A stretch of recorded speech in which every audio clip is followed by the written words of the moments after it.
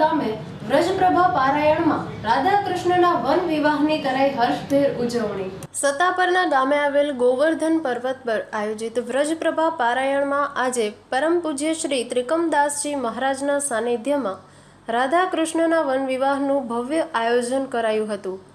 આસપાસના ગામોમાંથી આવેલ જનતાએ ભાવભેર કૃષ્ણ વિવાહની ઉજવણી કરી હતી।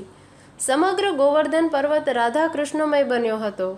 આ ગોવર્ધન પર્વતનું પર્યટન સ્થળ તરીકે વિકાસ થઈ રહ્યો છે, ત્યારે આવી ધાર્મિક કથાઓના આયોજન થકી આસપાસના લોકોમાં હર્ષની લાગણી અનુભવાઈ રહી છે।